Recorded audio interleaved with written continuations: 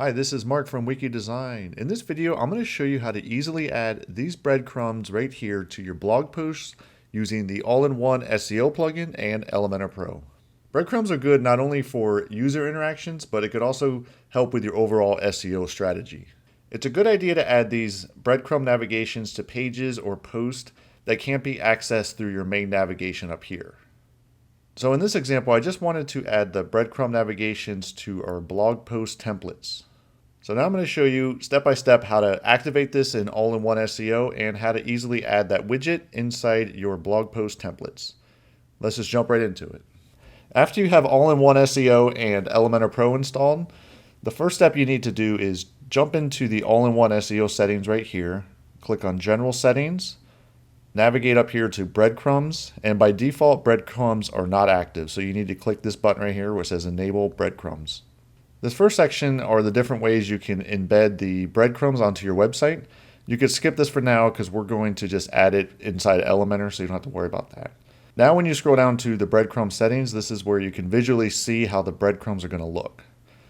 So you can see right here by the separator, they're going to show you in real time how it's going to look. So it's going to show your home page, the category, subcategory, and the title right here. So use whatever symbol you like right here. And then they also give you the option to show a little bit more. So whatever's going to kind of fit your branding or styling, but in most cases, probably this symbol right here is fine. The next setting is the homepage link. So this gives the ability to toggle on and off the homepage link. So if you look right up here, you can see on and off. You can see it remove that word home.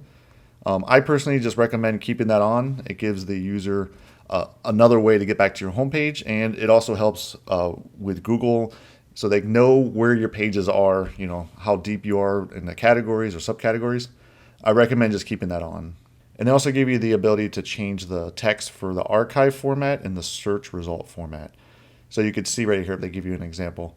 If somebody is on your search page, it will say search for and then the keyword, archives for and the keyword. So you can change it right here. That's nice that they give you the option to do that. And they also give you the ability to change the 404 error format right here. And they also give you the ability to toggle on and off the current item. So let me go back here. So this right here would be our current item. So this is the title of the page. I do recommend keeping that on. And if you want, you can actually link the current item. So when you have that on, you can just hit Save Changes. And you can see right here, this is going to be clickable. So I recommend just keeping that on. And those are all the settings that you need to enable in All-in-One SEO. Now I'm going to show you how to easily add that widget inside your blog post templates. Now I'm going to jump into the single post template to add that widget. Now if you're not familiar with how to create single post templates, I'm going to refer you to this video right here by Elementor.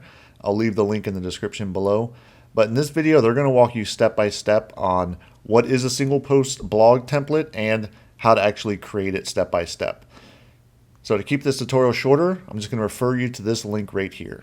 Here we are on the back end of our single post template. And as you can see right here, it's a really simple blog layout. We just have the post title. I have some meta post data right here. And then this is just like the blog content with the video and the different text down here. So let's go ahead and just show you how easy it is to add the breadcrumbs toward the top of the website.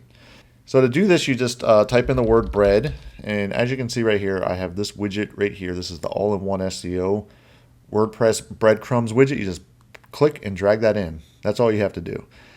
Within here, the only settings they give you is title. So if you just type in test, you can type in the word breadcrumbs up here, but I actually don't recommend adding anything in there. And under advanced, this is just the simple Elementor advanced settings. There's nothing new within here. So any of the changes that you need to make them within here, and then they should pass over into here. So let's go ahead, hit update on this post template, and let's go to the feed, hit refresh. So let's go ahead and change some of these symbols just to see if everything's working correctly.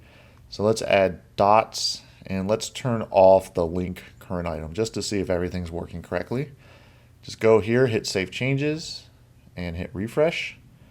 And there you go. We have dots now in between as the separators, and this is not clickable.